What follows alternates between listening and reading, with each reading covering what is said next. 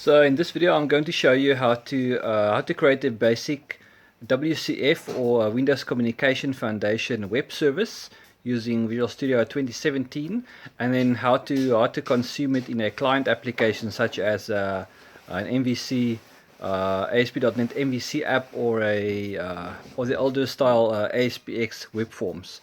So your WCF service will act as a data layer exposing some functions and methods, retrieving data from your database and exposing it to basically any client application you want to. So you would typically use this in an enterprise level business application where you have possibly or potentially many client applications that want to connect to your data layer, which exposes the database objects to your front-end applications.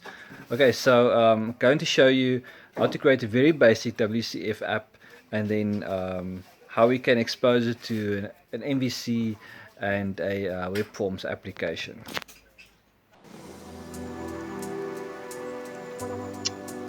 Okay, so this is basically the end result of the application. So for this example, it's a very basic example of a standard CRUD application: create, read, update, and delete. So for this scenario, we'll have line managers, and you can see you can select specific manager, and it will show you the details. It will show you the employees working under him. Okay, so you can also delete. So say we want to make this one test manager, delete, and disappear. You can also go edit, and you can edit some details here and go back. You can add a new manager. Okay, with whatever value you want.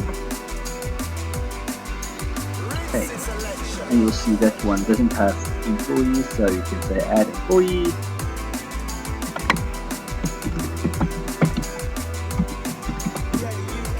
Okay.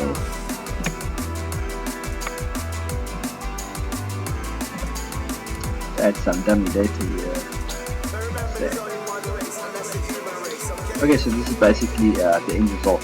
So it's nothing pretty and fancy, it's just for demonstration purposes and functionality, so we're not going to pay attention to the actual styling of the application and that.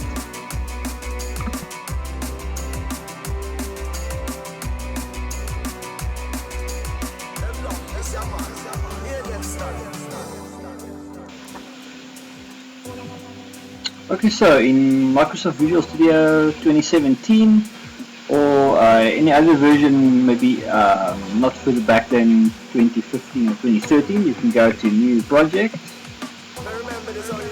and in the Visual C# section you go to WCF, which is where the Windows Communication Foundation project template types are sitting.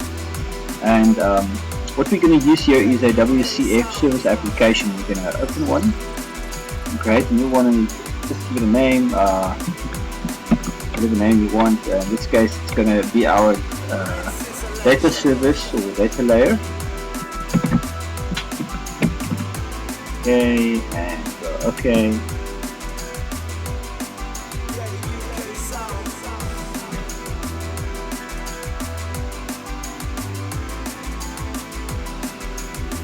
Yeah, right, so let's check the Solution Explorer out. So basically what it creates for you here by default is basically an iService 1.cx file. Now this is your interface.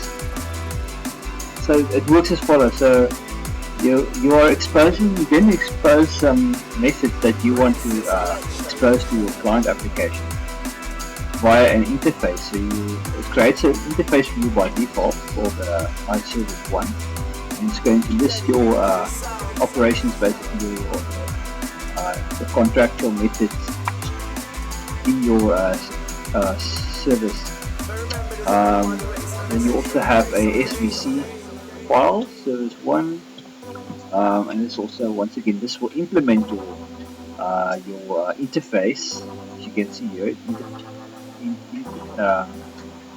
actually references the interface here and implements it. It's got the same methods as you will see in your service interface. Okay, so what you also have is a web.config file, and this is where we typically going to store some settings like your database connection string and the HTTP binding for your web service. Okay, so let's go ahead and just delete all the basic default stuff that we are putting here.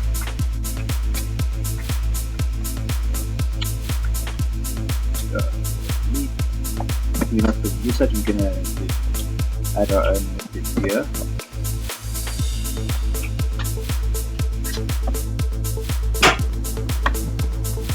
Okay, so now let's add some interface properties and methods here.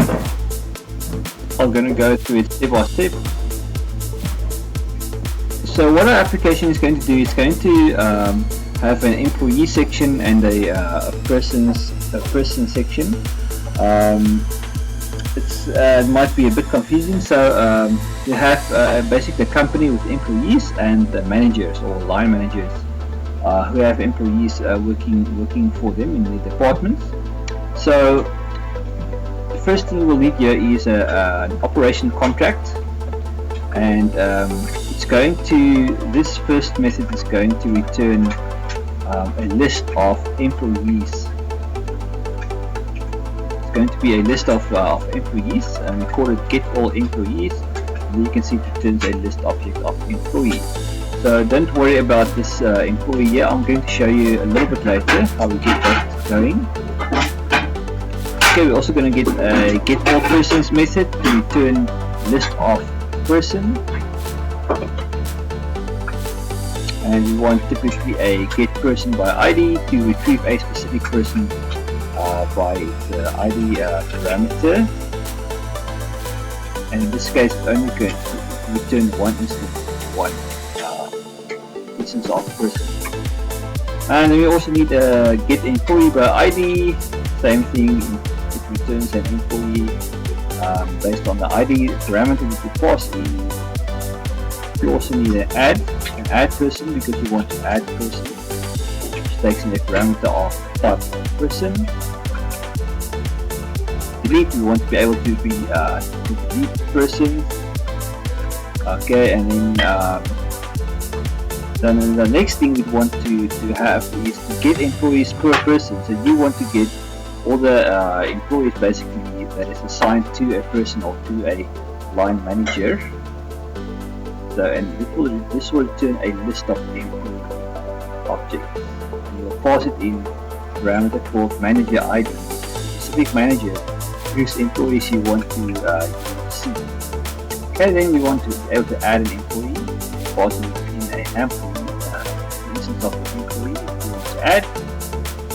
You also like to be able to save person, which in this case will be our manager.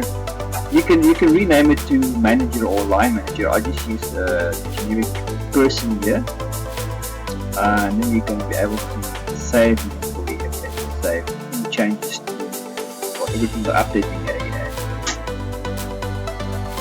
Okay, so here you can see is the actual class person and employee. Okay, which is what we're referring to in the parameter here. So let's go ahead and create a public class person, and we need to add this annotation here, data contract. This is just necessary to have this because the interface associated to a WCF service. Okay, and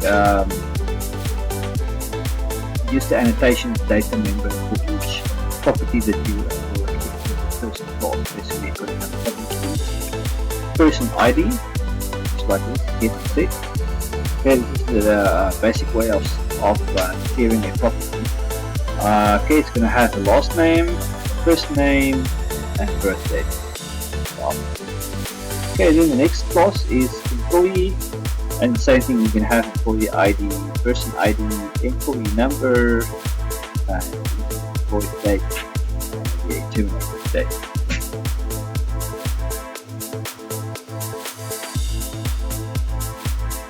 Okay, so this is basically our interface or our service contract, which means that whichever classes implement or reference this interface will have to contractually implement all of the members that we are specifying here for the operation. Okay, so this is just basically going to tell us that we need to be able to turn a list of all employees, then a list of all persons, or line managers, or line managers. We also want to return a specific person based on the ID that you pass it in, as well as an employee based on the ID that you pass in. Adding a new person into the application or into the database, deleting one, okay, as well as returning all employees for a specific person or manager, adding employees, saving, updating them, individual person, also saving or updating individual employee. Okay, right, so that's our service interface.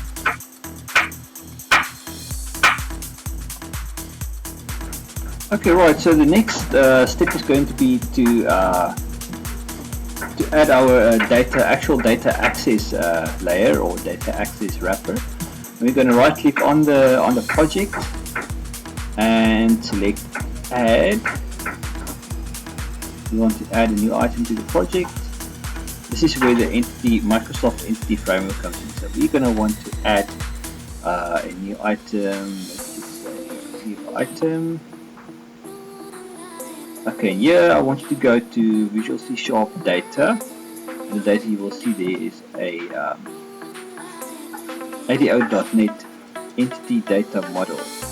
Okay, just give it a name here, say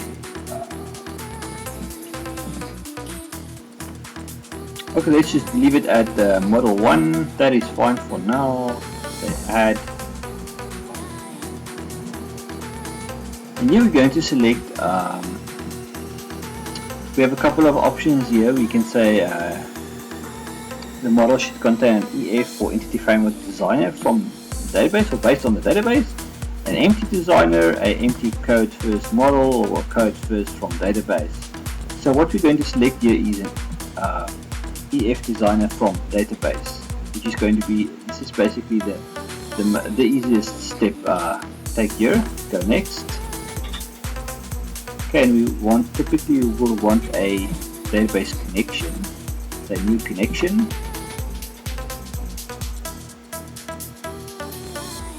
Okay, now you're going to put in your SQL Server name.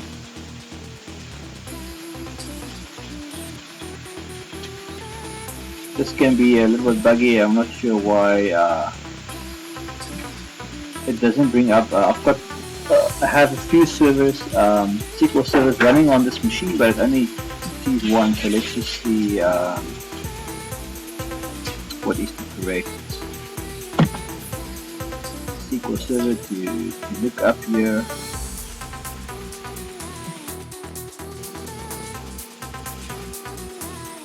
Okay, so I've opened up Microsoft SQL Server Management Studio, and here I can select my SQL Server.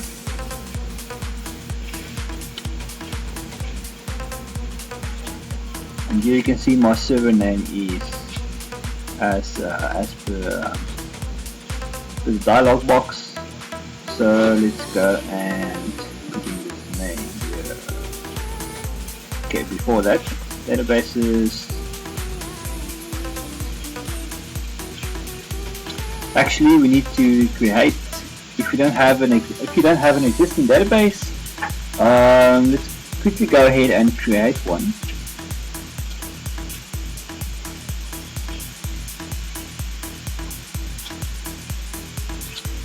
Okay, for instance here I've got a employees database and I have a TBL employee and a TBL person table. So if you don't know how to create a database, basically just go right click on database, say new database,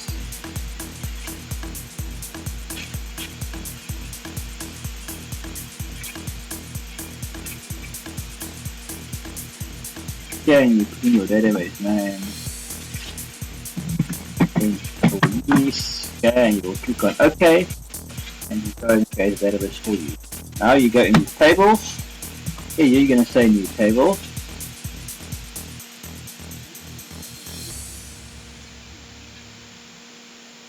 Okay, you're going to put in your column names here. So here we have, for instance, employees. So we want employee ID as a primary key. Okay, I've already created this table, so let me just show you in the table designer.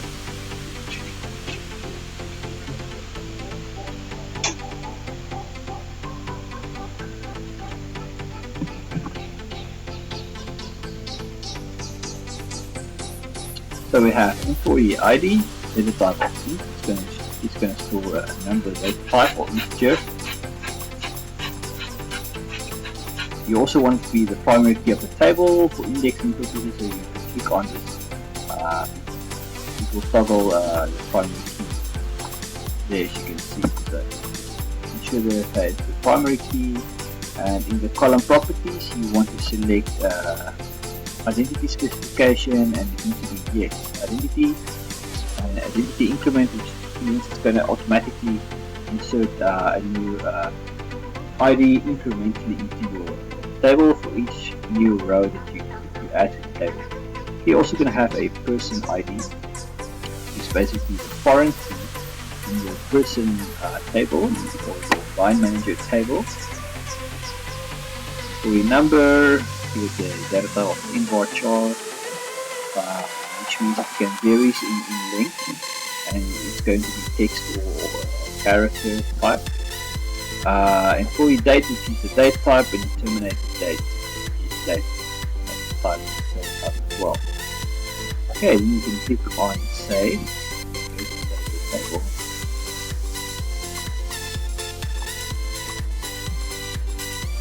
Okay, and next we want to create a person table.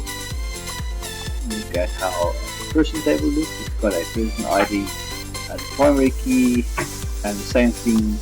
Yeah, select identity specification. Yes. Okay, and you could leave that there of 1. You're going to have a last name field here, first name, and a birth date. Okay, so once you have created your database and your tables, let's go ahead and add some data to the table. Select your top 200 rows, and just put in some okay. Sorry, my mistake. You must first go to the table, to the person table. Okay, so you create a couple of persons, the line managers here.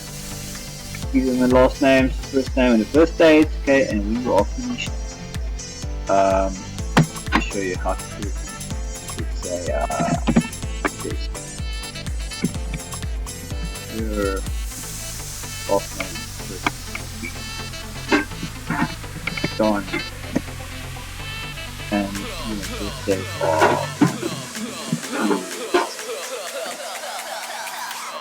this month. Cool, there you go. Okay, next you go to, now remember the person IDs here, so they are your foreign key in your employee table here. Okay, give this employee an employee number, employee date.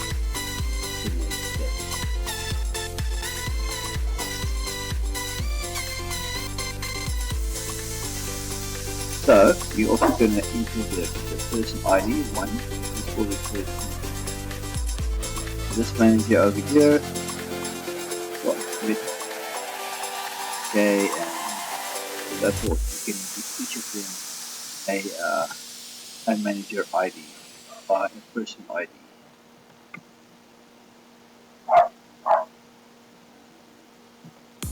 Okay, so once you have some data in your table, we are ready to go back to our application. Okay, it's just putting here the SQL server name.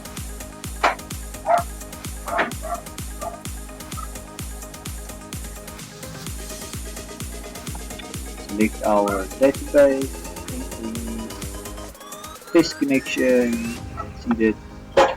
Okay, bang, there we go. Okay, now it's coming up in your connection string to your database. You can give it a name, let's just call it employees entities for now, leave it at default, next. And to ask you if you have maybe more than one entity framework version installed, I'll just go for the latest one, framework 6. Next. Okay, leave the default settings here below, and here you're going to say you want all tables. Tables there.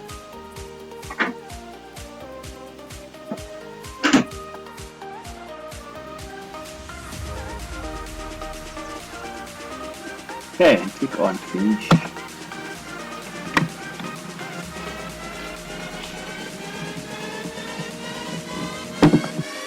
So then, as you can see here, after you've added the data model, the entity framework, just taken the person and the employee data tables and put them on a diagram here. So, and this is by default that what it does in the background. It takes your database objects like the tables and puts them into a diagram here in Visual Studio. So next we're going to see how to actually then access these tables and how to perform the CRUD operations for reading or pulling data from the database, creating new records, updating and deleting them. Okay, so the next step we're going to put in some code here to access the database objects, person and employee, or person you might as well name line manager. I just named it person because only as an afterthought I thought okay, we're going to make it like a line manager employee kind of application. Okay, so I wanted to expand this file that says model1.edmx, which is your entity framework data model file, and then expand the context.tt, and you will see there's a file called model1.context.cs. You double click that.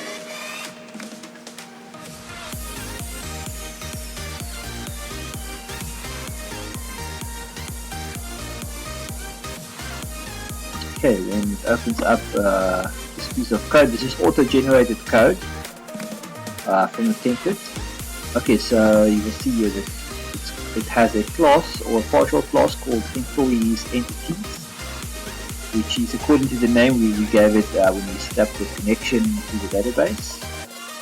And it will have here I accidentally clicked the sysdiagrams table in SQL Server, so don't pay attention to that one.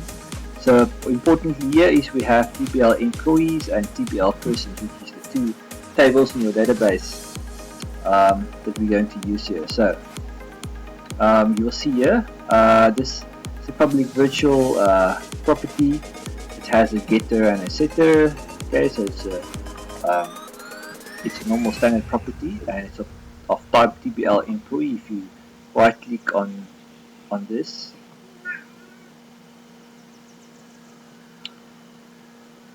and go to definition or F12,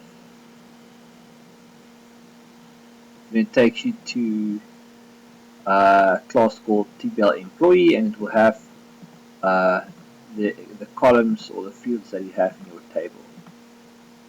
Okay, so it will also have a TPL person property here, which means because it's a one-to-many relationship between a person object or a line manager in our case and an employee. One line manager can have.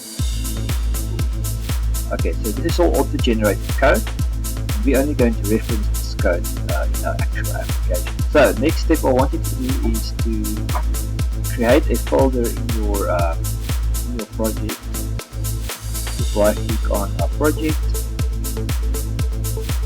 and click on add new folder. Let's call this repository. It's going to be our repository of business objects. Okay, and here we're going to have we're going to add some classes. So right click and say add class. Let's call this first one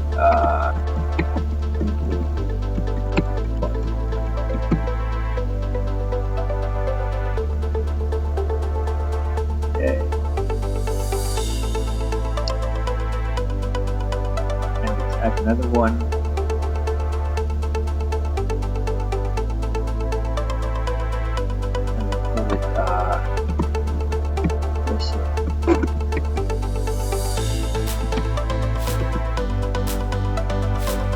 Or whatever you want to call it, ranger line.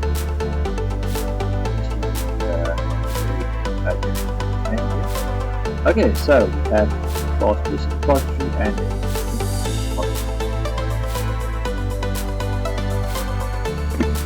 so basically what we want to create is all the functions and methods to access employee data. In this case, we want all the CRUD operations, creating, reading, updating records from the employee table. Okay, so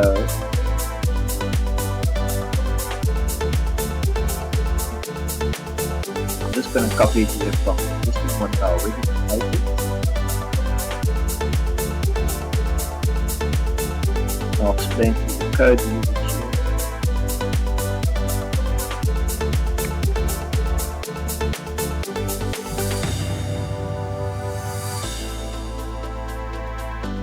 Okay, so in our employee repository class.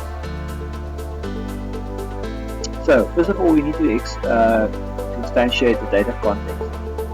So you're going to type in here following: private employee entity. So if you go to definition for this, of course it takes us to that context file. On the data model, the context.cs file. Okay, so we're going to create an instance of this class. We have a private variable here at the top.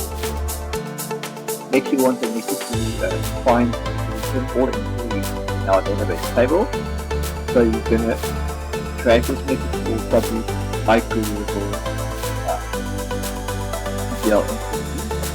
Okay, so it's going to be an existing object in the data. Now we see a rich complete line here. Some statements to add some data. So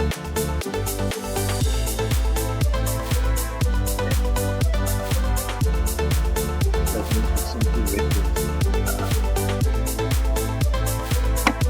data namespace on the top page. Okay, so saying entity status is modified. So adding new object modified. In our case we modified Apple and we call it new.save change. And that's it for our employee repository. That's for the CRUD operation. Next one we have person repository which we created, and it's going to be the same thing here. Just get the go to our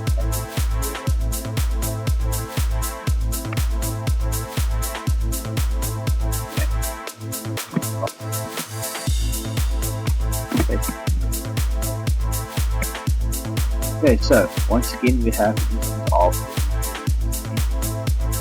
context object. Okay, and we want to have a method to return all persons, find all persons, exactly the same as with the employees one. Okay, and we're going to have get person by ID, passing ID to base specific person object. Okay, we go the same as the employee one.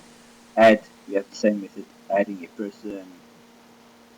There we go, save changes. Delete, passing the specific person object that you want to delete. Okay, and here you can see we're using db.entry.person.state deleted through assigning it a deleted state.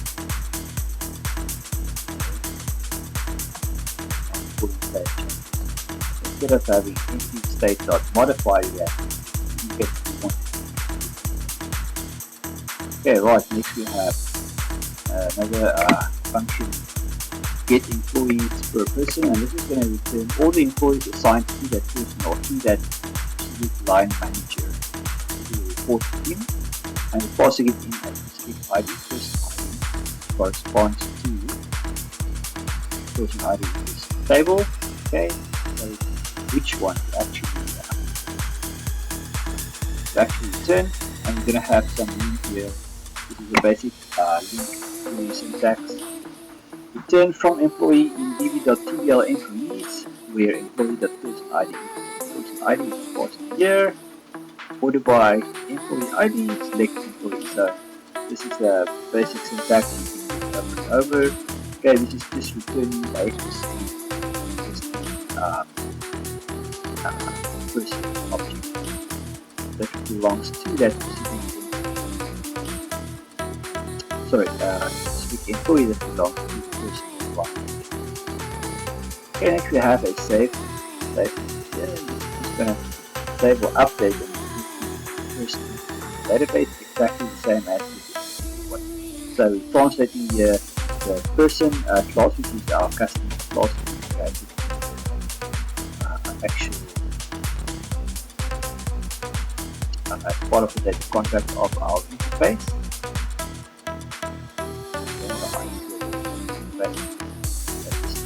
Person passing this from the application, web application, we assign translation value to the TBL person database object. Okay, and here just for interesting sake, we have birthday. But the way we're building up birthday, we have it as a standard date on of that on this page. After reporting it in creating a new date time object here, person.birthday here. This is following the format year, month, day. This is an easy way, kind of a foolproof way of ensuring that the passing format, date format. Okay, once again we can say here we're making the state modified state change. Okay, so that is our two repositories, the entry and the repository.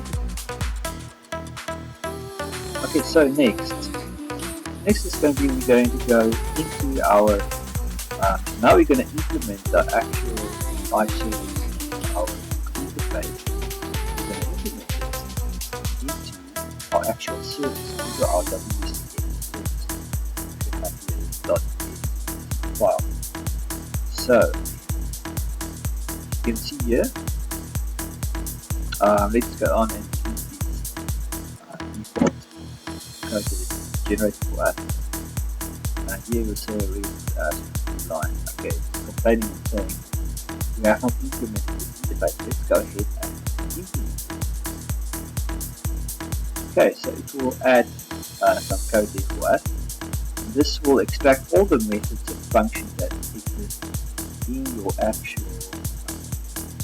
interface from the interface indicated in the beginning, which is just an abstract layer of code saying that we have to implement these methods and functions as a contract of this interface.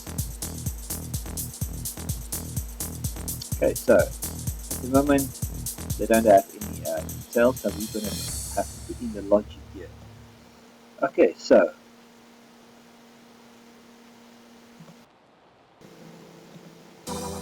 so now let's add in some logic here. Let's first of all go to the get all employees function, which is going to return a list of employee objects. Let's put in some code here. Okay, now so list employees equals new list employees. So here we essentially list of employees. Okay, so we want to retrieve it from our employee repository which we created over here.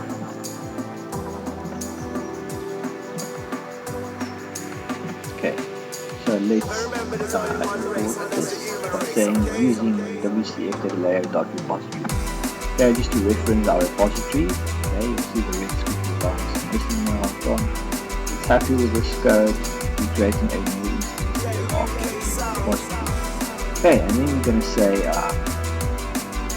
we're going to use call the function in that repository called find all employees. Okay, so we can say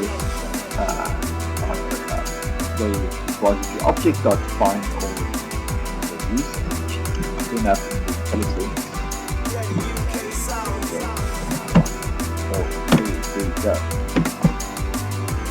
Okay, and it needs to return a queryable data after the use in order for us to be able to iterate through in a for each loop. So we're going to say for each, okay, for each TBL employee object in this queryable TBL instance. Okay, it's going to loop through. So employees.add employees, which of course this list here you create here, is going to add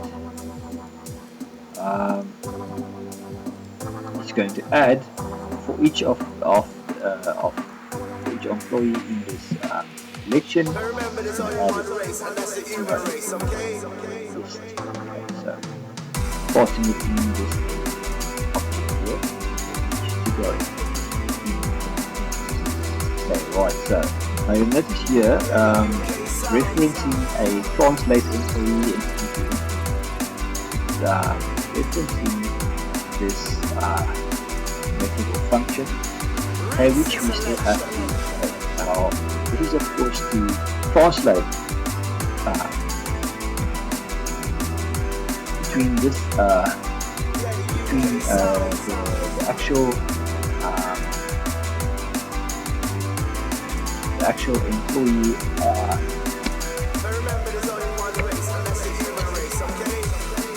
yes, also between the TBL employee and the employee class which we created here. So the actual password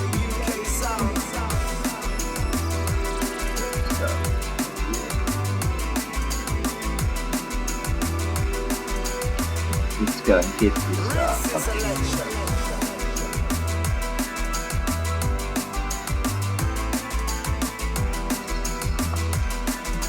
We're going to do project.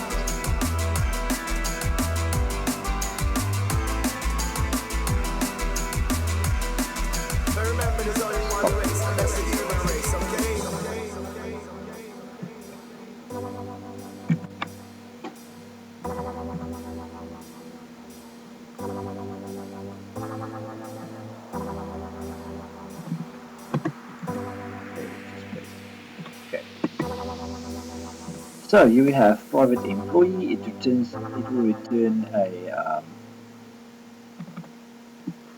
will return a employee object, okay, which is going to be displayed on our front end web application or web page. We don't want to display an actual raw database object, so we created our own custom employee class, so we're going to translate between the two. So we pass it in as a parameter, translate employee entity to employee. Okay, it's going to come in here and it's just going to assign the properties like this. Okay, great stuff. So once we have that, let's add in some more logic to our other methods here. Okay, we want to be able to add an employee. So let's go and add in the code for that.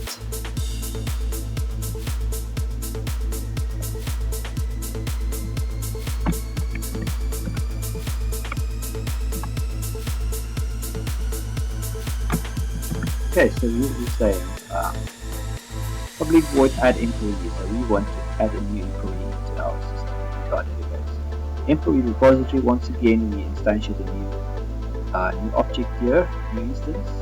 Okay, and we're saying tbl employee equals translate employee to employee. Now here we have to basically translate it back backwards, back again. So translating from the actual employee, custom employee class we created, which will be populated from our front end web page. We're going to translate it back to a tbl employee database object and we'll save it in the database. So now of course we need to go create this method.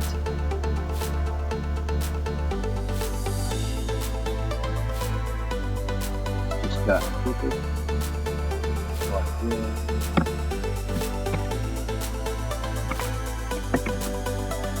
Okay, so here we go. So once we are able to translate, convert this into database employee object, we can say use our employee repository.add method. This will add pass in the employee object and add it to the database.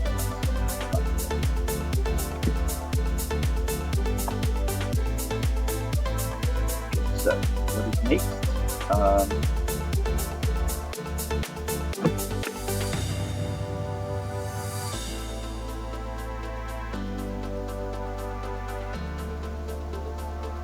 Let's finish up all the employee actions first. We also want to get an employee by ID, and we're going to do that.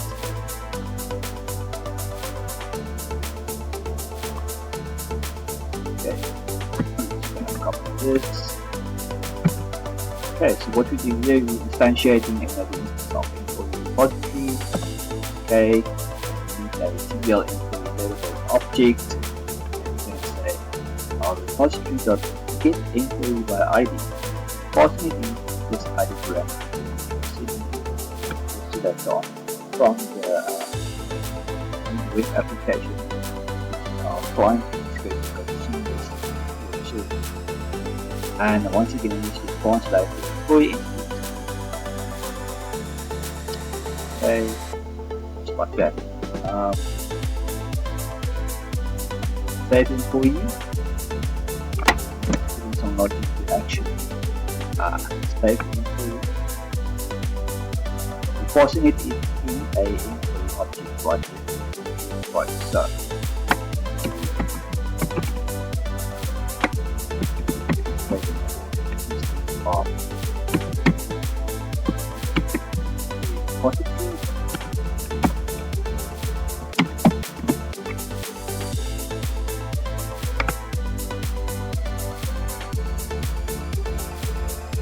Right, and what we want to do is actually send the employee object, send it into our employee repository and put it in go.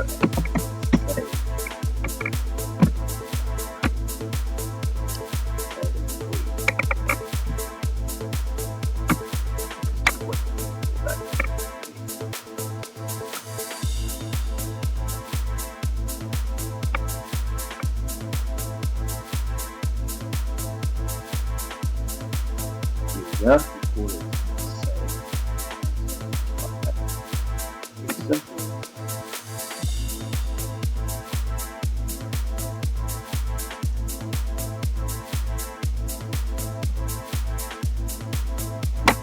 So let's try that.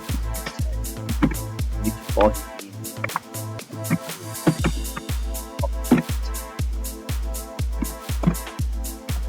Okay, that should do it.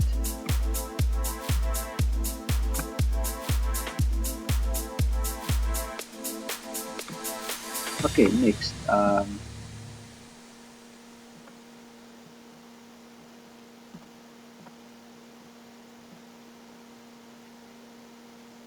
Now we have all the employee CRUD operations. Let's move on to person. So you're going to say add person. Okay,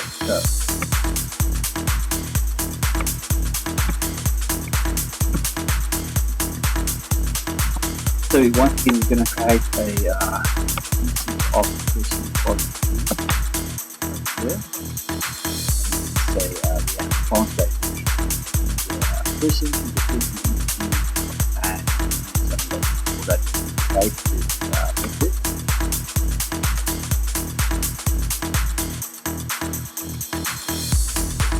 Grab it.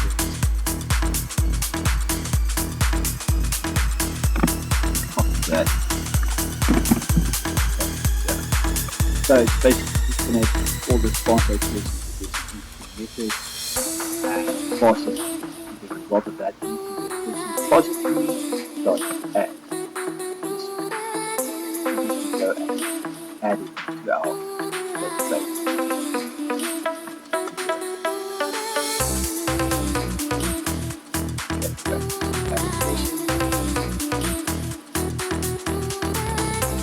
Also want to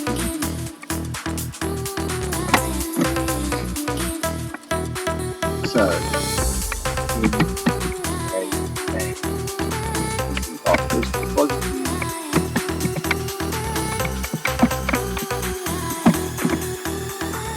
And say dot save.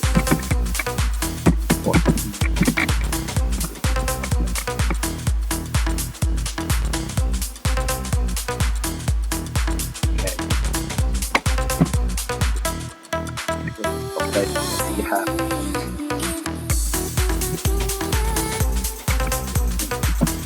our parameters here. Yeah.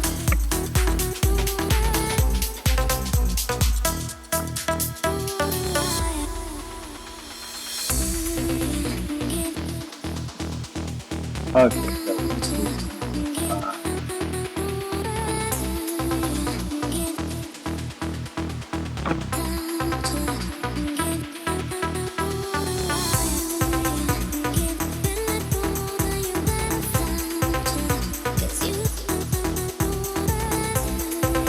okay, so next one is get.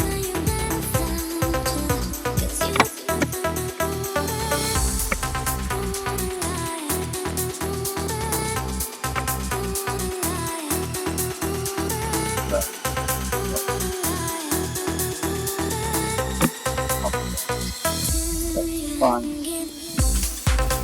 So we're creating a list of persons here. We're taking repository instance.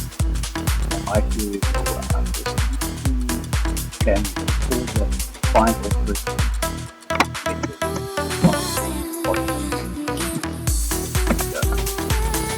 And we're going to use a for each loop that defines there, and we're going to add it to our list of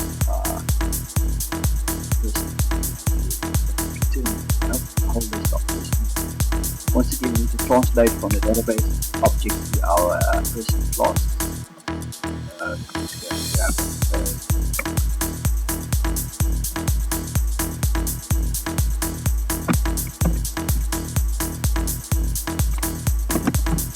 There we go.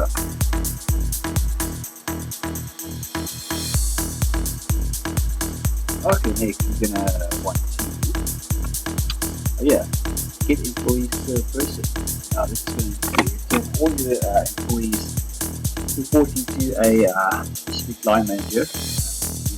Manager ID passing as a parameter. Okay, get person, so let's go.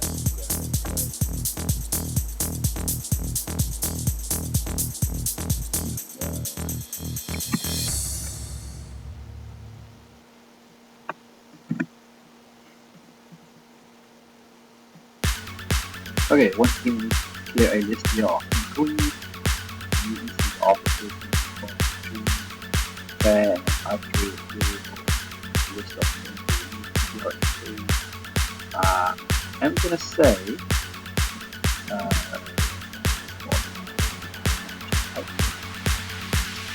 okay, right.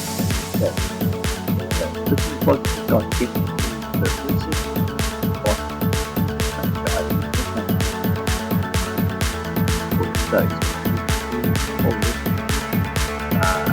Find here, active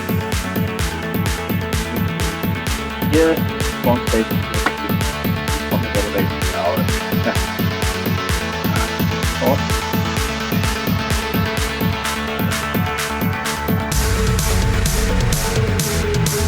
okay, here I've got another question here. What is back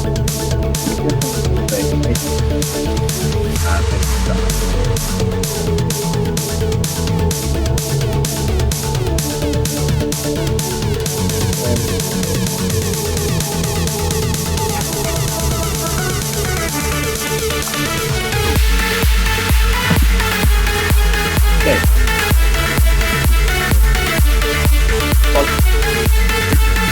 It is why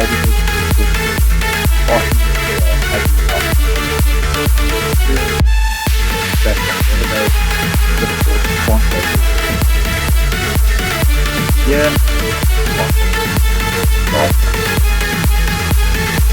If you want to save okay, you already did that. Save person. It's just the same thing here. I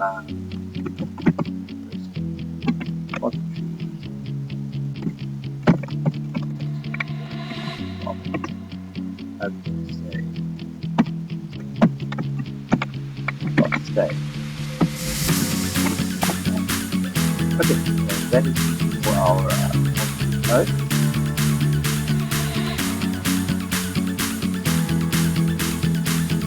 You can at this point you can either wherever you want as you're following on your own machine, pause your YouTube video and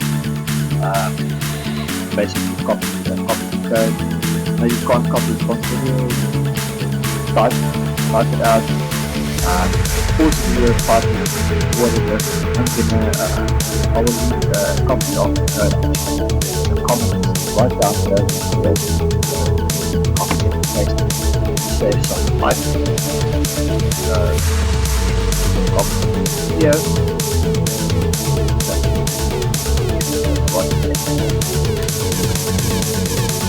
Okay, so now what is this? Now we need to basically our service. It now has the database, data from the database, and the update the data. So now we want to basically demonstrate how to use this.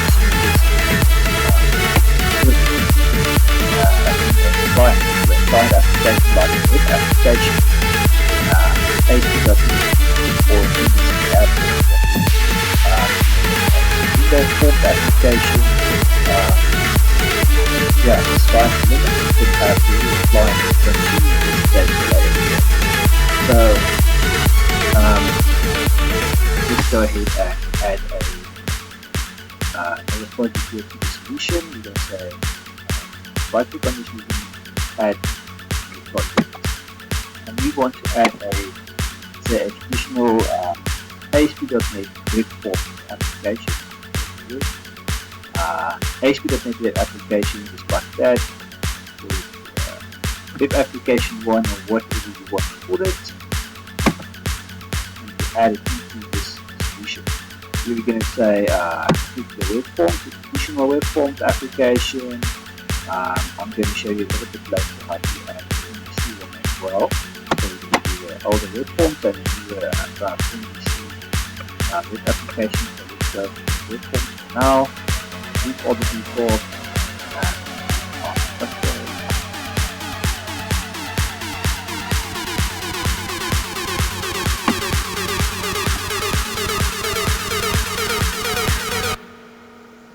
Okay, great. So we've added our web application. You'll see here in our Solution Explorer, we have now the WCF data layer, which is our WCF application service app, and we have a web application.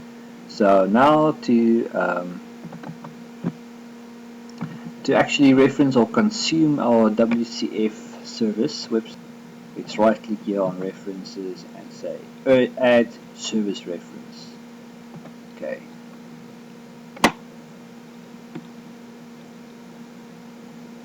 So when you click on add service reference, it brings up the add service reference dialog box, and you can simply click here on discover, and here it will bring up the service, the WCF service that you have in your solution.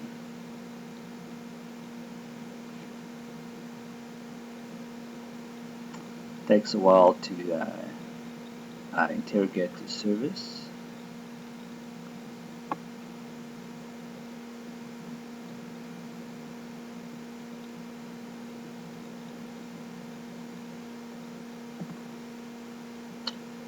Okay, it has a bit of a problem here.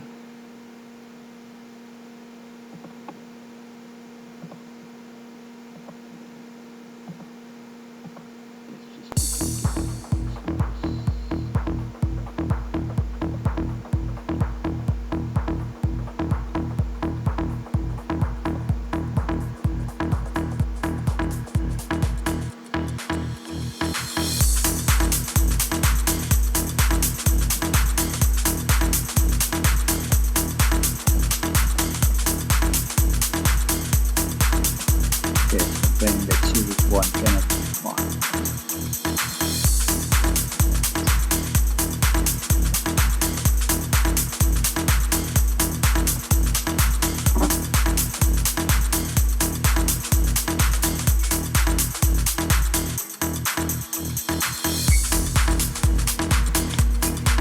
Okay, so let's have a look at the iService 1 interface.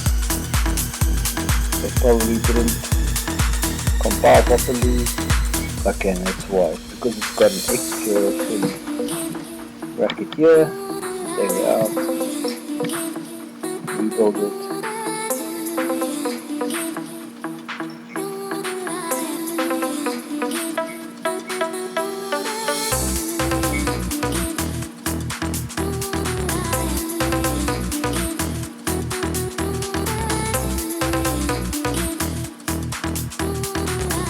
Okay, so great. Compiled and built successfully. Let's go back to the web application. References, right click, add service reference. Click on discover.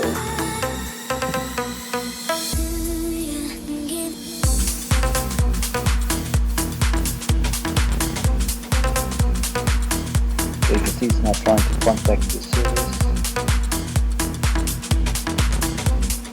Okay, so this time it's working, and it's just the name, WCF Service. Okay.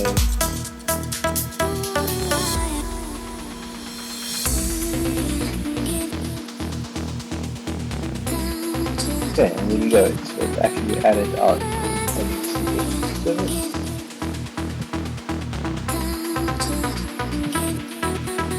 Okay, so next step is to go to our defaulted ASP page, and basically just go and use most of this stuff here inside of the content, ASP content section.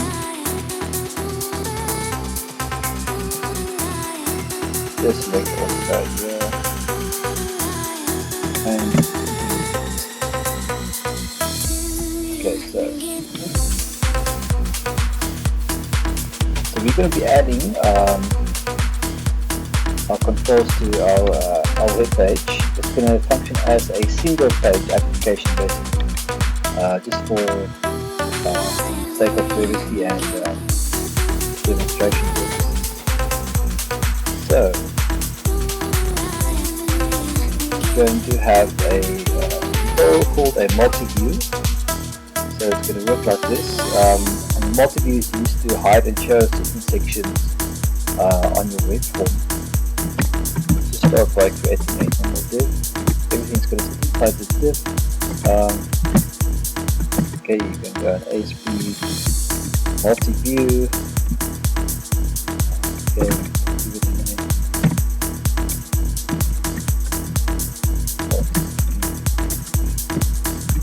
What? And always remember to specify the run at the server so that it knows it's the server side control, so it's not running on the client side. Okay, and inside of the multi-view we're going to have views which we can actually, which we're going to use to expand and collapse. Okay, let's view. There we go.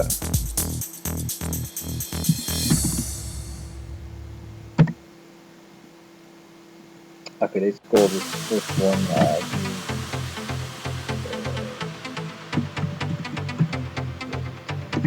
person, and this is going to basically be a placeholder for our data grid. It's going to display all our okay, so let's add a grid view control.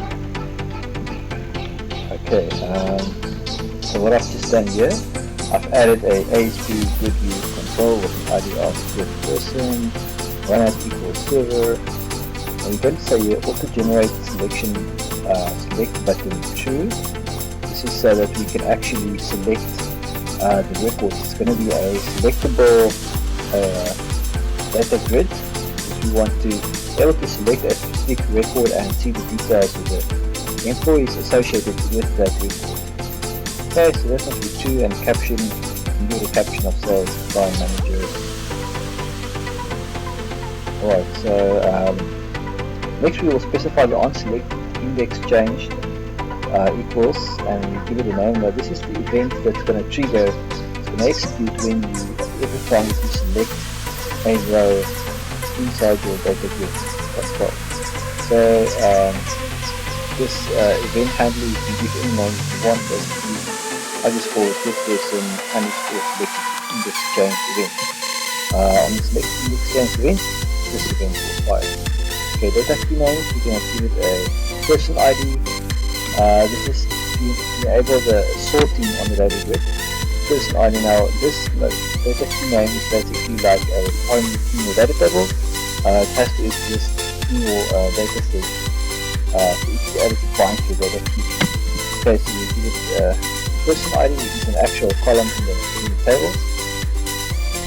You're going to say your auto generate column equals false, otherwise it will, based on the data set coming from the database, it will create the column names for you automatically. So we're going to create it manually. Okay, this is some styling here, updating for colors. This you're going to see in a moment what it looks like. Here we want to add alternating row style. Actually, you don't have to type this out. You can actually just go and click on drawing, and you can bring up the designer for this grid view control. Okay, so the start volume of code. Let's go back.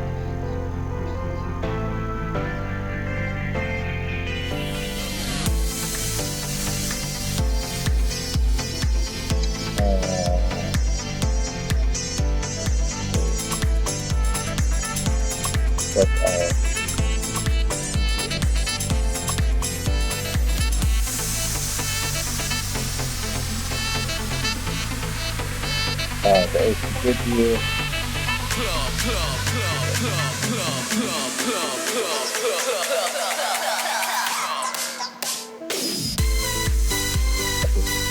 the mod view, containing it's gonna have to but that.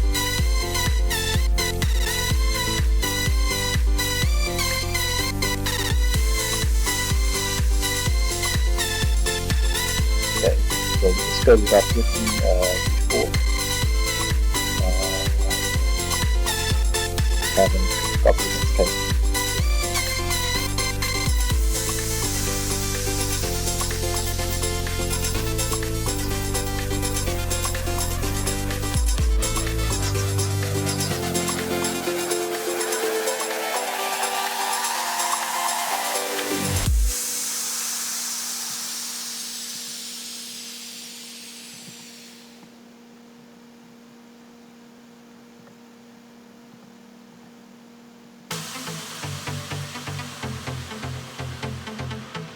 Avoid containing that. Now this is very typical. You get in situations like this and you have to figure out where the code has gone wrong. Okay, so we have a multi-view, inside we have this grid.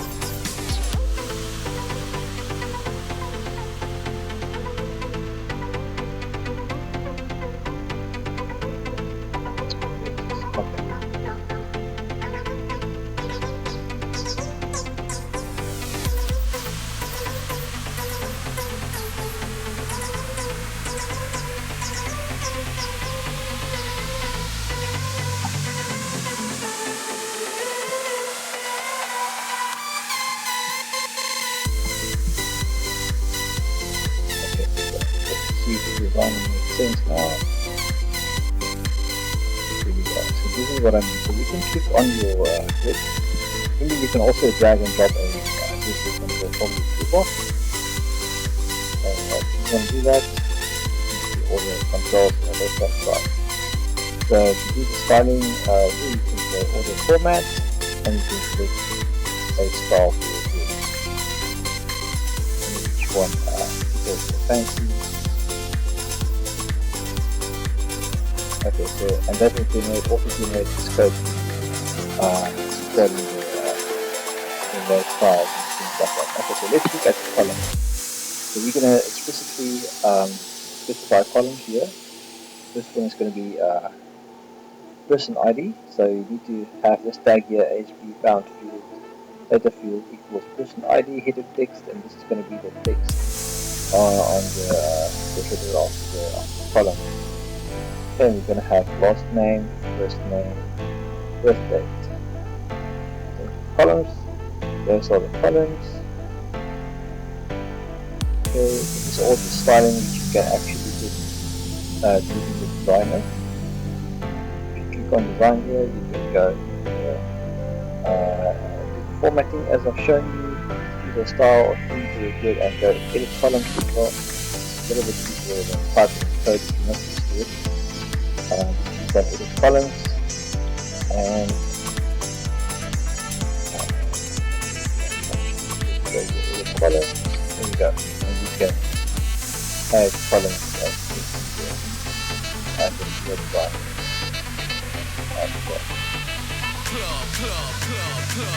That takes care of our preview. So below that, I've gone ahead and added a label. Okay, and this is going to be LBR error ID. It's going to be our error message placeholder. If there are any errors in the code or in the when you use the application, it's going to display on the display Okay, next, created a simple table, a row, a cell, and a fixing a button, edit button.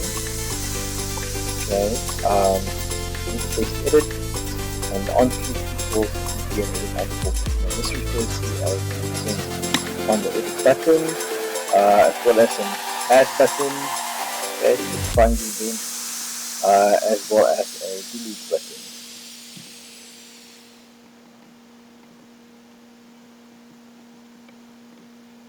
Okay, right, so here you can see on the on client click on the delete button, I've actually got some client side running code. It says return confirmation, okay, and that's going to basically ask the user if he's sure he wants to delete the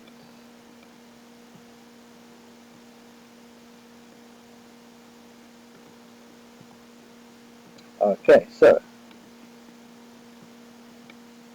then lastly we also have another button to say add employee. This is going to trigger an event called btn add employee underscore click, which will contain our logic for adding an employee to the database, or to assign it to a specific line manager. Okay, so let's just look at the design again, and there we go. Okay, you can see here the buttons. To auto-generate the events, you can double-click on the button, and it will take you to the code behind the page, and it will automatically create an event handler. So let's go ahead and do that. Double-click each of them, and it will automatically create these click events. And you will see these names will correspond to what we have here in the background. You see here, the event handlers. Okay, what else do we need? Now that takes care of the employee. Next, we also want to add some views for saving a line manager or a person viewing. Let's just add this one for viewing a person or a line manager.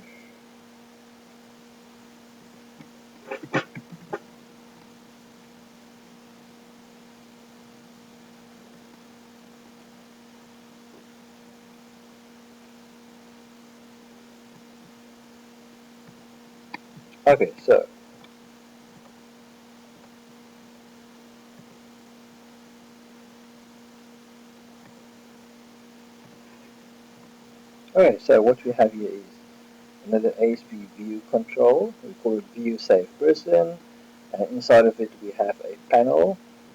Okay, and we give it a caption or gripping text of line manager details. And let me just show you what that looks like. Okay, so it's basically going to contain be a placeholder for this section. We're going to edit or add line manager details. So we have a back button to go back, save button, and you're going to see the code now how this actually functions. Okay, we have a calendar control for the date of birth. Okay, so let's go and see what the code is going to look like. Double click on the buttons because we're a bit lazy, and it creates event handlers for us.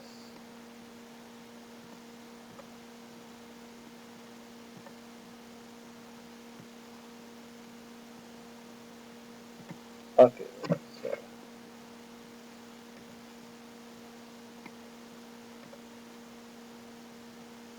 so we need some extra views here. What about the save person, save employee?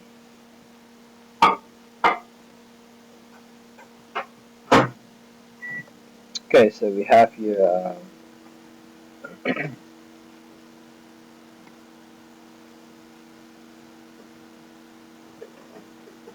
okay, we have here save employee. So let's take this code, grab it here, and the panel.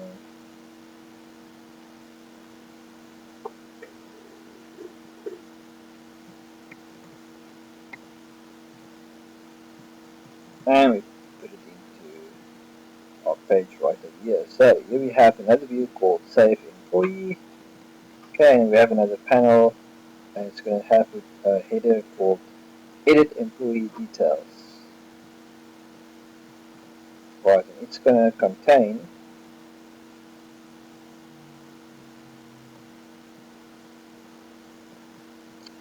as well a back button, a save button, employee number, field here, text box and label, and two calendar controls here, one for the employee date and then one for the terminated date.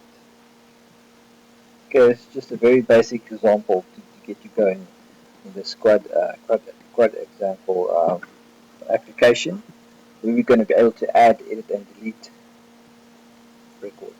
So you can see here now we've got two views. We've got view save person, we have another view called save employee, and they're going to expand and collapse when we run this application. I'm going to show you how to do that. Okay, let's just add the event handlers.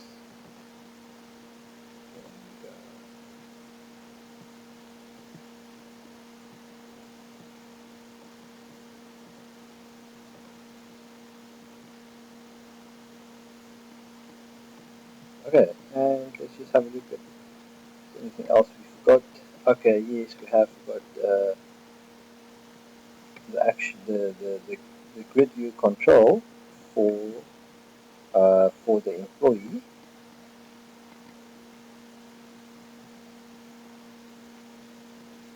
Okay, let's copy all of that. So you need to scroll down here, just below the closing tag for multi-view, and put your code in here. And what you put in here is the following.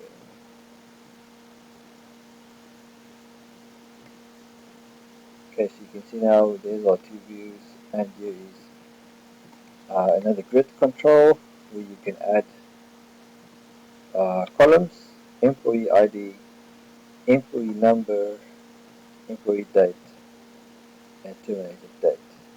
So you can add those columns.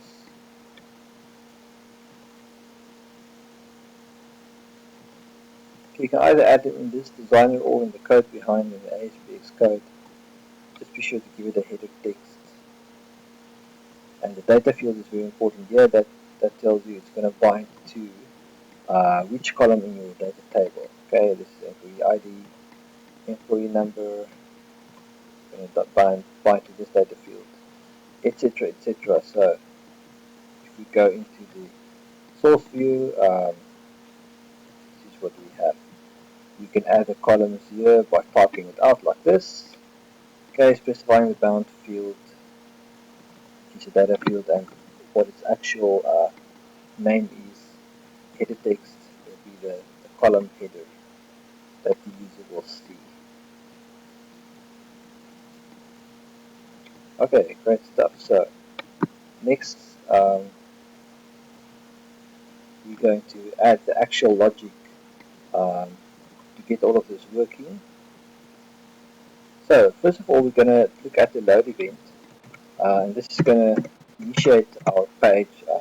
It's going to load the initial data set to show the to populate the grid with line managers or persons, and it's going to work like this.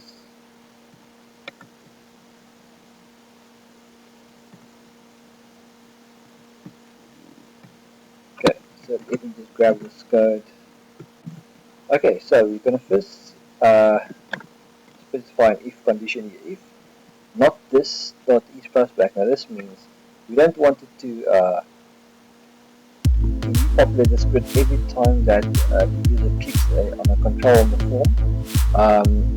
We're not using Ajax here, so every time the user clicks on a button or a control on the form, it's going to trigger a post back and it's going to try and reload the page. So we don't want to every time make a call to the database to actually go fetch the data and solve it fine every time the user does click on the page.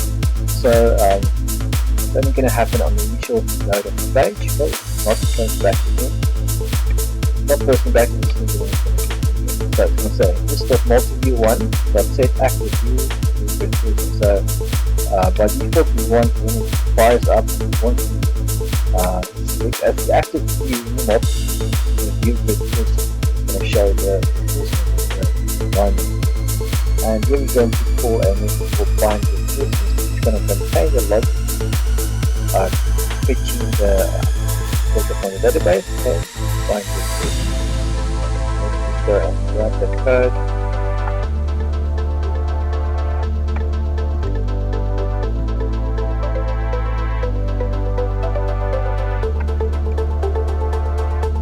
Okay, right, so EN is not defined yet. We have to find our variable containing an instance of reference to the framework, so to our service. We are from C.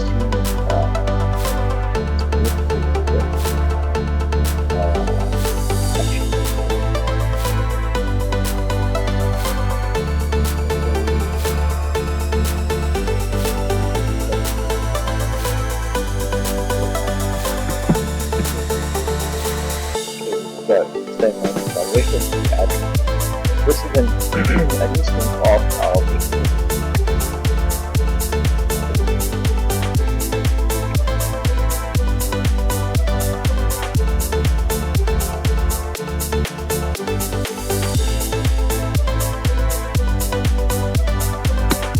Okay, it's complaining about service point here. You have to import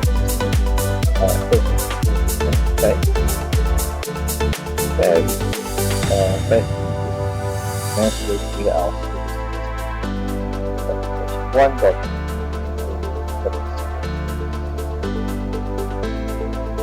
So if it is no, we're going to create a new instance of it, and now we're going to have the list of persons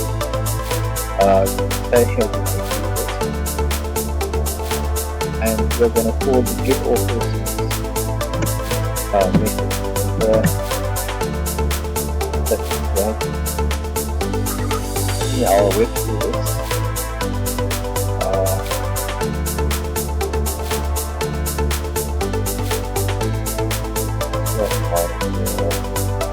get off that is going to make it all method. Okay, then very easy to find our grid control. Our grid case called grid on our website here.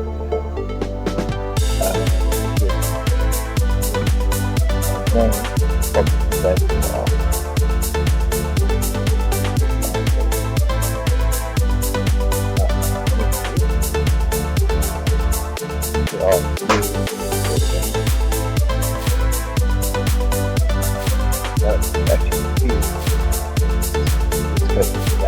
code as yeah, it's called we're going to say here we list of from our framework abstraction layer, and we're going to say good list.specify. That will actually find it to our data.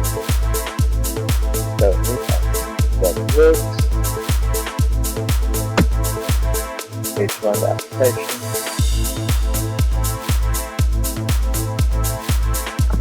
Just don't forget to okay, stop it first and right click on your default ASPX page and click on start page, set it to application mode. Which page you do startup page.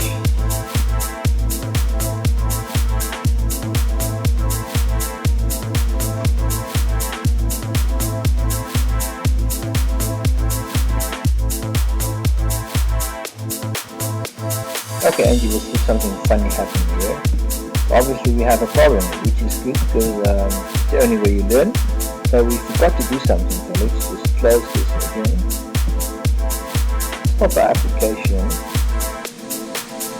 And what we forgot to do is to set our web application as startup project. So right click on it and select the set as startup project and then run it again.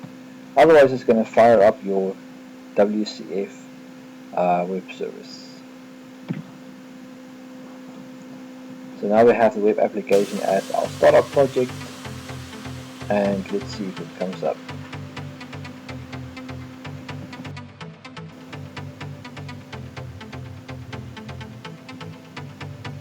Okay, this looks better, so it's bringing up our browser, which is a good sign.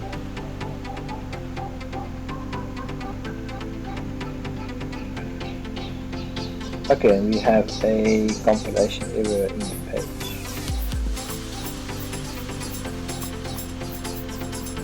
Okay, so it's saying it doesn't find a definition for grid person selected in the exchange event. So let's go and fix that.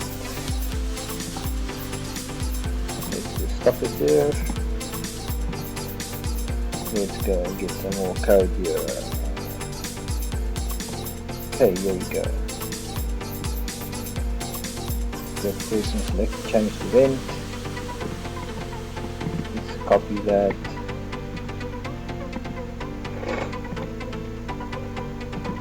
And let's put it here into our application code behind.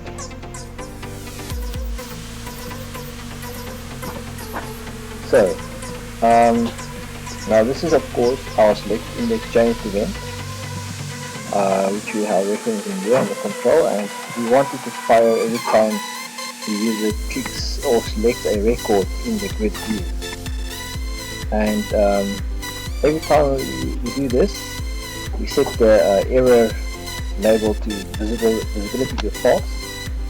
Okay, so because we're not displaying an error message, we're only going to set to true if we run into an error. Okay, so we were saying we're clearing a variable of type int and we're parsing it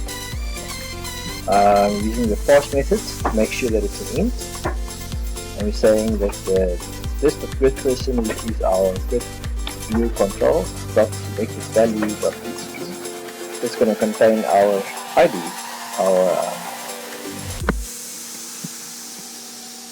it's going to contain the ID of the record that the user selects in the grid, which is going to be your person ID. So we have here using a session variable called person ID, and we're setting it equal to that value. Now session variable is like a global variable, and its scope is session wide. For this session in the browser, it's like a globally available variable value that you can use and refer to. So we're going to say if it's not equals to null, so if it is actually something that the user selected in the grid, we're going to call a method called bind grid employee. Okay, and that's going to the reason we want this to happen is to have our each time the user clicks on a person in the grid or a line manager, it's going to, we want to show also the associated employees for that manager. Okay, so let's go and grab that code. Does that make sense?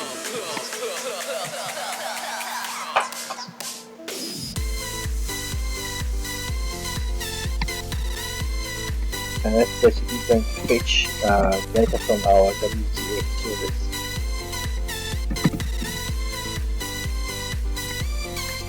Okay, so we're creating once more a new instance of our service. With service client, we want a list of employees, and we're going to say here on our web service dot get employees per person method. All that function is going to pass in to take a person ID. This is very good. It takes the person ID parameter or manager ID parameter. Okay.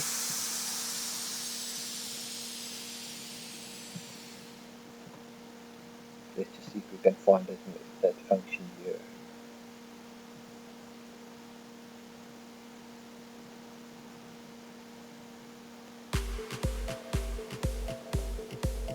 Okay, get employees per person, that one.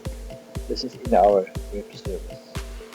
So we're going to call that query method, that function. And we pass it in that exact value that the user selected in the grid control.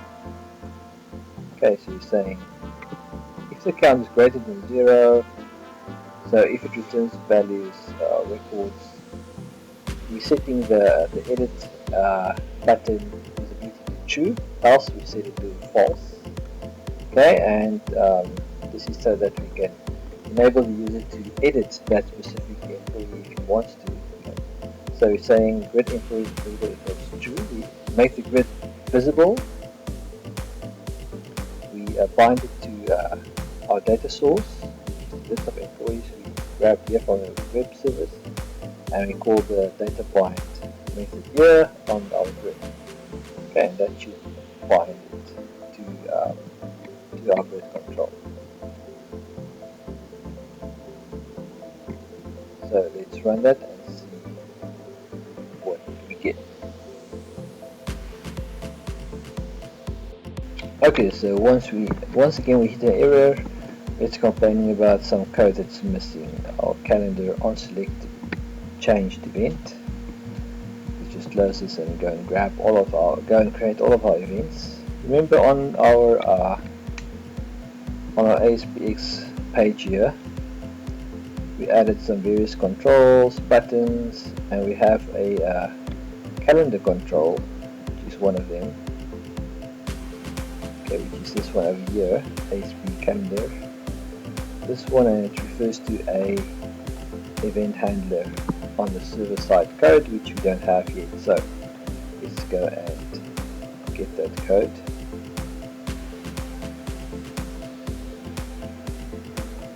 And here we go.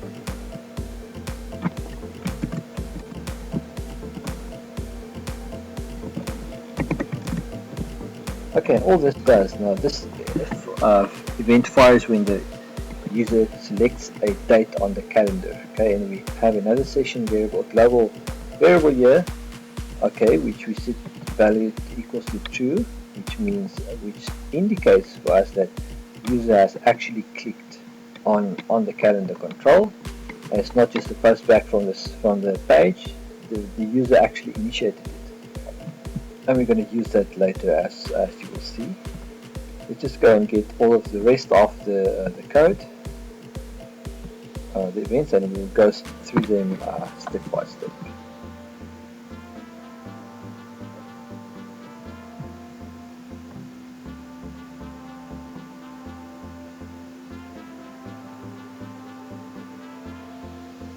Now, for your convenience, I'm going to take all of this code and add it into just below the video in the comments, so you can copy and paste and then go through it at your own leisure to make it a little bit easier.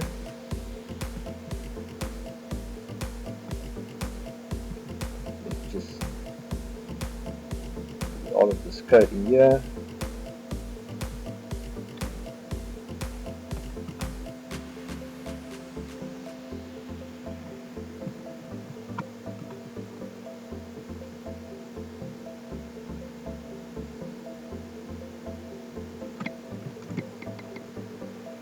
Okay, let's go through it step by step.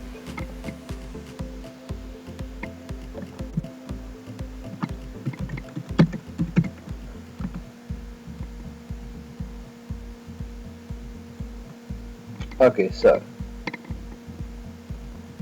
on our grid person selected index change event, we're going to, as we said, we're going to grab the selected item in the grid and store it in the person ID session, which is our global variable. We're going to call the bind with employees method, which will bind the data to our data grid control.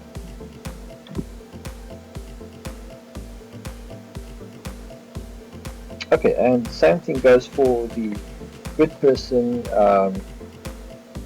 selected changed event for our grid that shows the line managers, the persons. does the exact same code, except for he is getting the person ID and binding the employees associated to that line manager. Okay, and if we go and look at that code, here we have it. We are getting a new instance of our web service, WCF Web Service, and we're getting a list of employees using the get employees per person method in our web service. Okay, and passing it in a person ID, and it will return a set of data.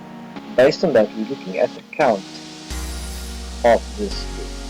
If the count is greater than 0, it's a valid selection and there are employees associated to that line manager, it's going to set the edit button level to true, else it will set the edit to false.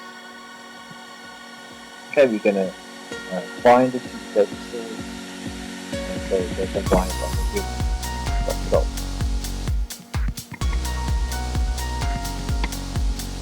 Okay, so let's run it and step and debug the code. I'm going to put a breakpoint on each of the events, and it's going to demonstrate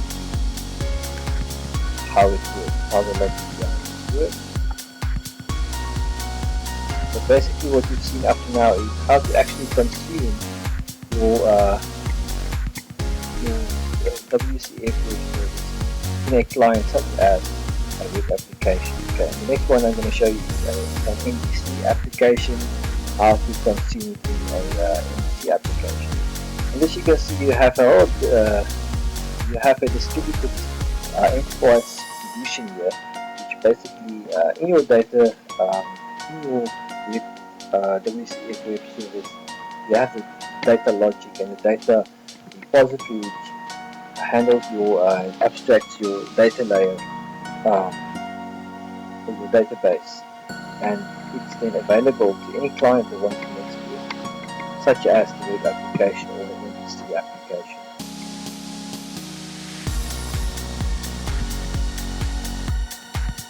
Okay, so let's just follow our reference and let's put code.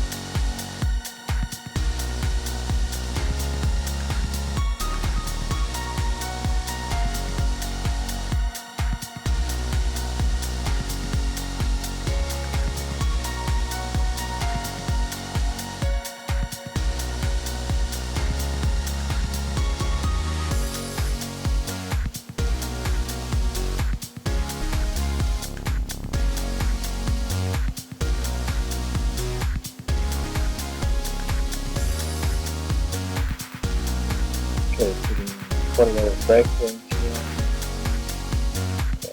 Okay,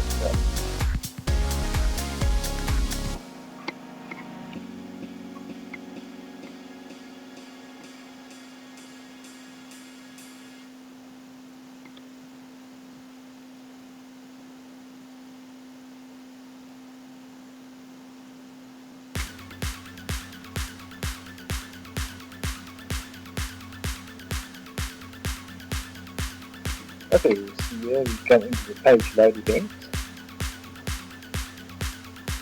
checking to see that it's not a post back, okay, it's an initial load event.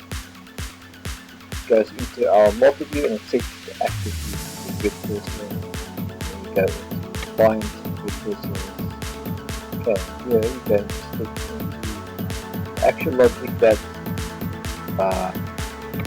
gets data from the web WCF service.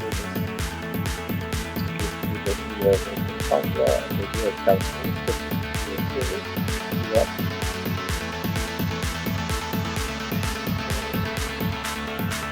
That's our publish.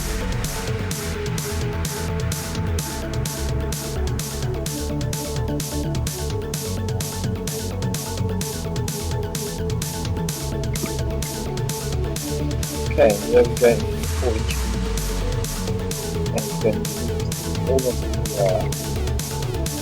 alignment, our logic control.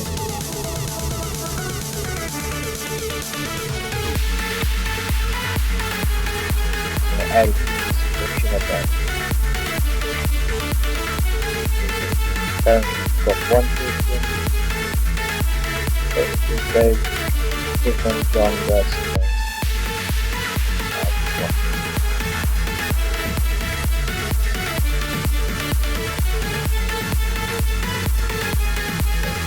Out of that.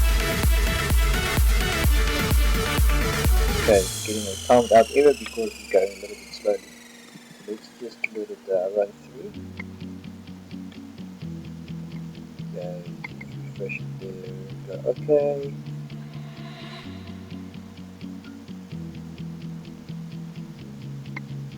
Okay, and there we go. So it's populated our grid control with all the line managers. So now, for instance, we click on any one of these. We select. See it triggers a post package. It's going to now post package is true, so it's not going to reload it. It's going to bypass it.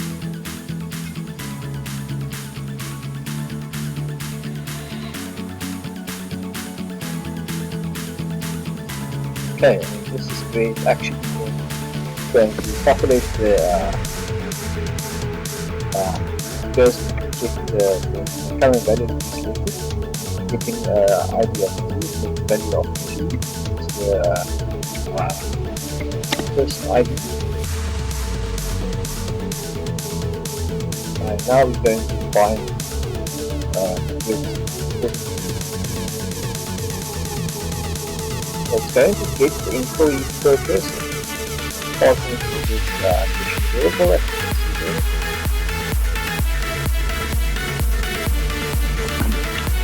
Okay, so we fetch the data from the database, and in our employee list of employees, we have a count of 3, as you can see. And if we expand that to your 0 base, it starts with 0, 1, and 2. And here you can see the employee number coming back, person ID, all of the fields from the database, and look at the second one at index number 1. Okay, so you can see we're getting 3 employees back. Sorry, 3 persons. Count is greater than 0 indeed, so we step into that code. We go into that if condition.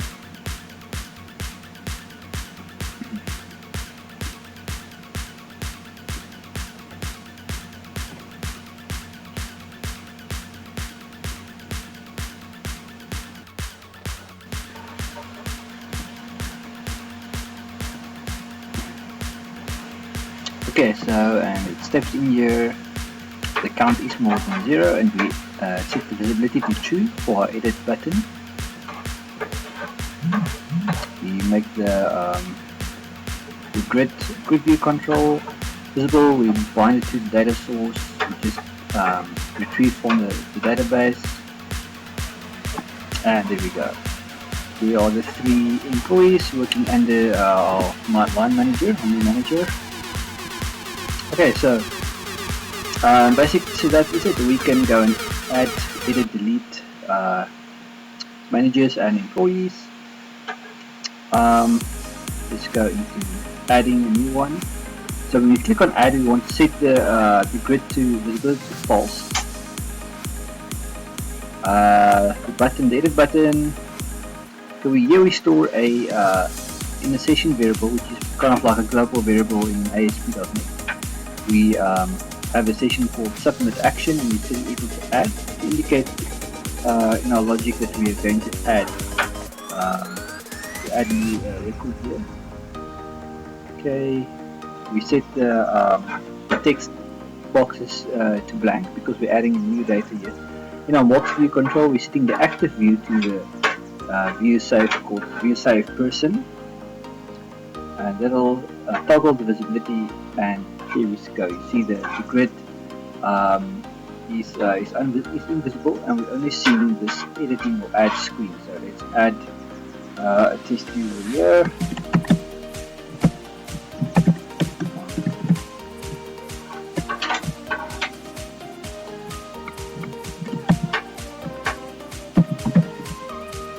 Okay, we choose date here and go. So now when we say come in here, we create a new instance of our service client, of our WCF service. Okay, here we're checking in this condition, we're checking if the submit action is equal to edit, and it is equal to add. So this indicates to us we should use the logic for adding, creating a new record. So we're creating a new person instance. Okay, we're getting the DOB or the date of birth from whatever the user has selected. Okay, where we selected in 17, month 11, and the day is 26. And we're setting the appropriate text boxes equal to the values that the user has typed in. So we're setting the variable properties values equal to whatever the user has typed in there. Okay, and here we say add person, and we call that method. Step into it.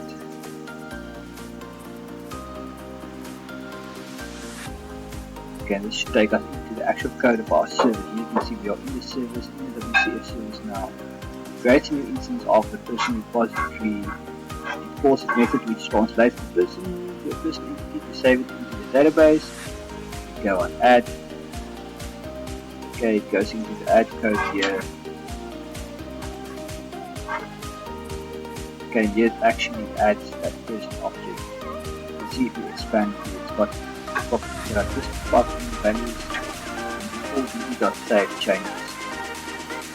That's the database.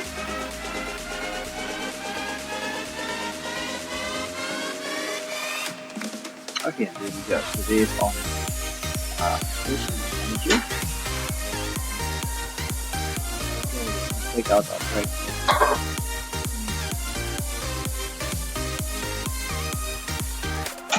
Okay, got no information under the but add. And it will bring up. It will get into the add event. That button.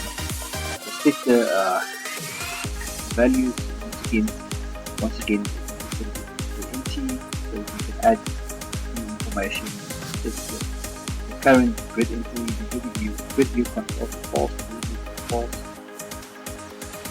Toggle the multi-view to enable the visibility of view save employee view, which is going to do the following. It will enable visibility and bring it up and make the grid view on the previous screen invisible. So here we can add dummy information.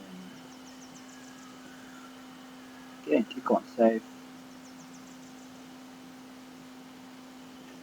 Now when we click on save, okay, we check here what did we set the session variable to. It's an add operation, so we are adding a new information here. Setting the employee date that we just entered on the screen.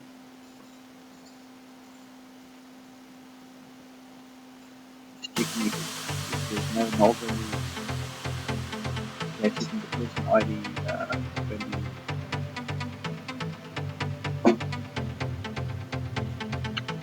And this will call the add employee. Our service. Go. Click on the code.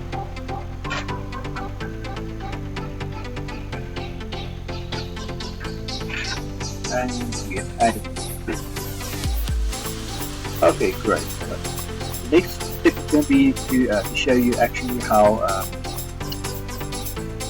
to consume this WCF service in another client application. So what is done is we have our WCF application, which we've consumed so far in a web application, additional ASP code, ASP.NET Web Forms application. Now we also want to showcase how do we consume this in another type of application, another client, and we're going to use MVC for this purposes. Let me show you how to consume this web service in an MVC application. Okay, so let's go ahead and see how that works.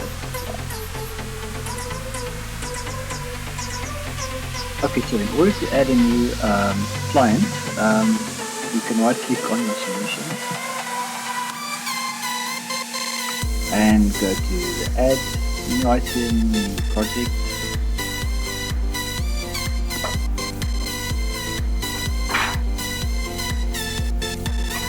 And here we're going to add an MVC web application.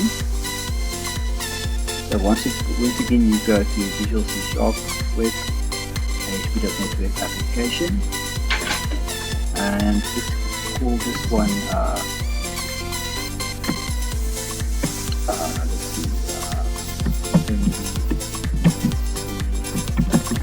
client.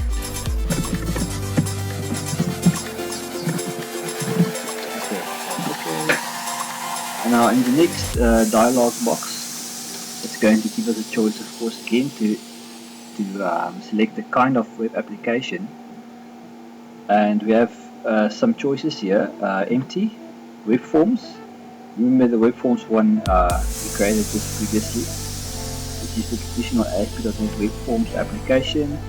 Okay, then we have here MVC, and for this we're going to select the MVC template, and no web forms, so just MVC, and you can leave all the rest of the default settings and go OK. So by default, when you add an MVC application or you create one, it will create some default code to you, and you can see in a moment what that looks like.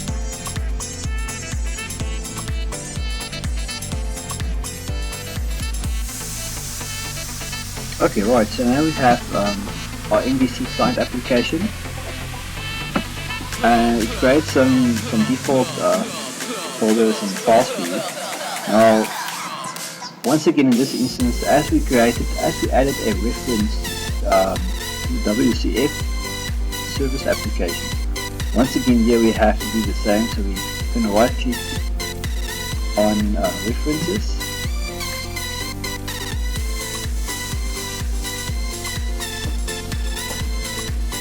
and select your add service reference.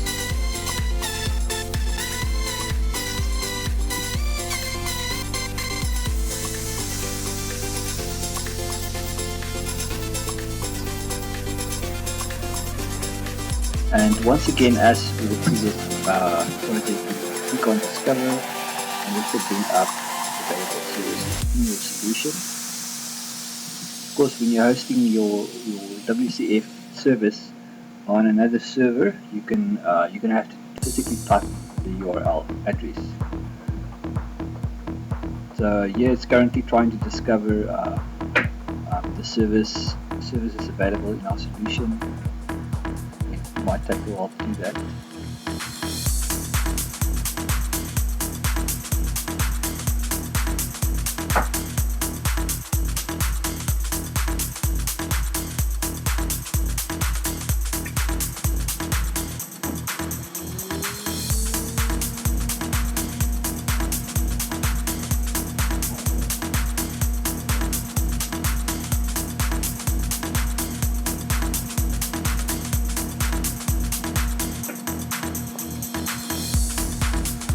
Okay, you can see it created a node here called Connected Services, and under that is our employee maintenance client.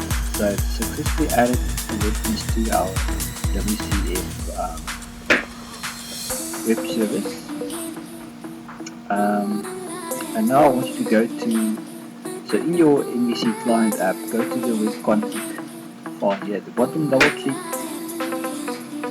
and you scroll down to the bottom. You'll see it added an import, it's called an import, which is basically a reference to the URL of your web service. So currently it sits on the local host on the local PC. So if this was sitting on a different server or a web server somewhere, you would see the URL here. So this is basically point you to the address of the web service, and you can see the name here. Okay, so in MVC, of course, it creates models, views, and controllers. So we look under the controllers folder. I go to the home controller, which is the default one. And what we're going to do here is to basically add some code here to the index function that will go and fetch the data from our web service and add the data to a global variable the way we use the MVC. So let's go ahead and do that.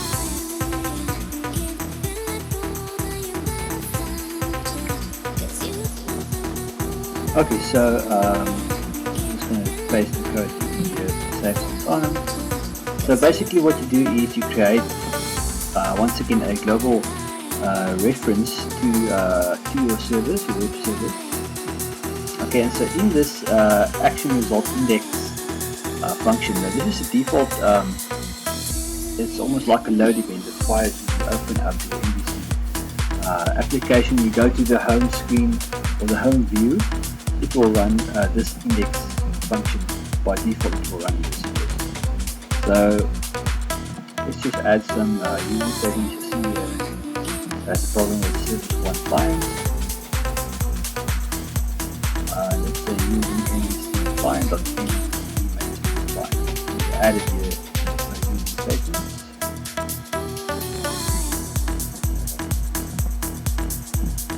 Okay, so once again, the same as with the with our web form application, we check to see if the instance is null. If it's not created, a new instance after WCF Service. Okay, and we want to, for this example, we want to return a list of persons. So here a new list of type person.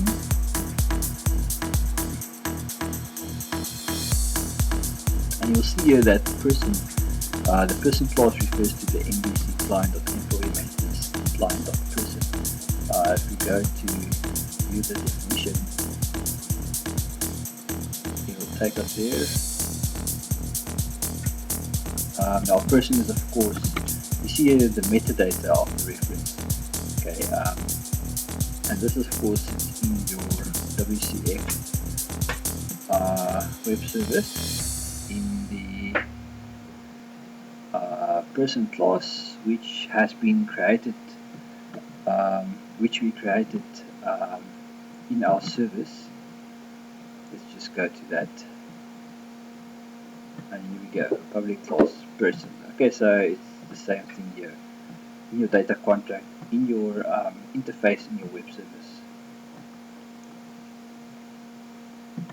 Okay, so back to the controller. So the controller here, our home controller, this is where the code logic, your code behind sits as almost the same as your code behind on the web form, your ASPX code. So here we're going to say we're going to declare a data a variable of type var, just a generic type, and we're going to say get all persons. We're going to call this function get all persons from our web service. We're going to say .toList, convert it to a list, and we're going to populate here a viewback. Now viewback is similar to a session in ASP.NET web forms. Viewback is a general view bag. You can see it as a bag of which can contain any kind of object data. So we're going to say viewback.persons, and this will create it on the fly. Equals data, so equal what we get back from our web service. Okay, and return view. View means it's going to return the actual view that is connected to this controller, and a view is a lot like a web form. Let's just go to the views folder. You see a home folder directory index.cshtml. Now next we need to go here to our cshtml file, and we're going to add some front-end code here to actually display our data that we're returning from the controller. Okay, so I'm just going to copy it here from one I already created.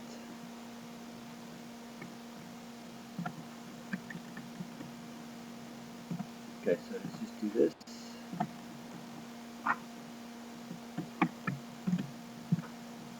Okay, right, so let's go through this from top to bottom. Okay, so this is some default code that you will have. Viewback.title equals homepage. This is just the title of your web page. Okay, so what's important here is how to show display information on MVC view. Okay, we just have a heading tag here. You can type in the whatever heading you display.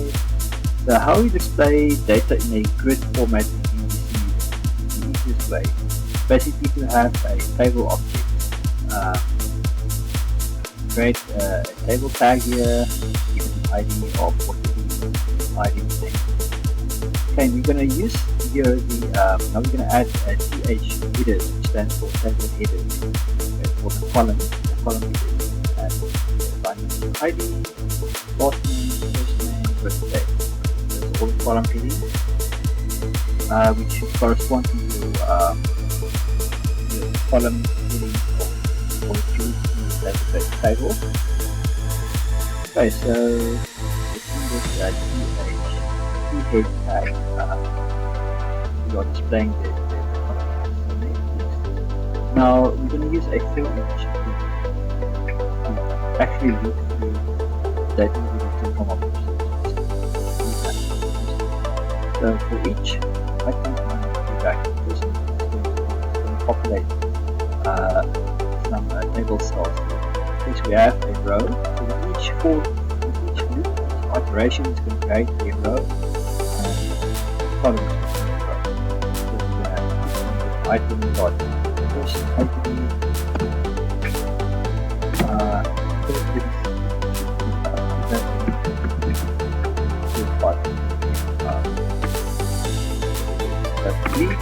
okay, and it's last name, first name, there's row,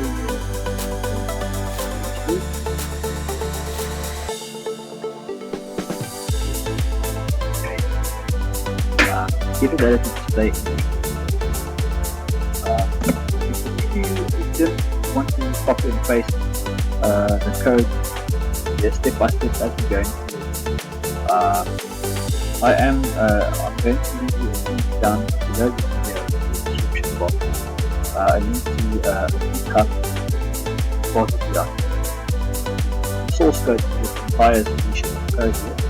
So I'm going to post the GitHub for you and you can just download. Okay, so this is what we need for now. We can display a simple grid in this application. So now the next thing we need to do here, of course now we've got more than one project solution. Okay, so previously we used the web application as a startup project. Test this, see how MVC has. Right click on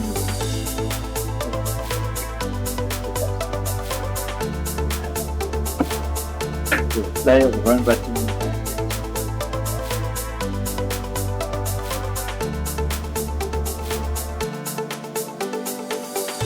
Okay, so MVC web application is firing up here, opening the browser.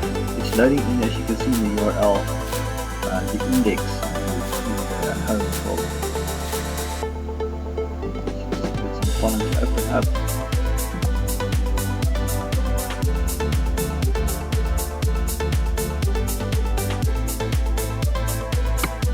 Okay, and this is what it looks like. It's very simple for this purpose. You can see here, this is our grid displaying the data that it pulled in from the web service. Okay, and this is very basic. In a follow-up video, I will show you how then to create a CRUD operation or an editable, updatable grid in MVC, but for now this is just to show you that you can consume your web service from basically any client application like ASP.NET Forms app or MVC app, all that. So there you go. As I said, I will leave a link down below to the repository on GitHub, and you can download the source code and go through it step by step by watching the video and then following the source code in the application, in the code that you downloaded from the GitHub repository.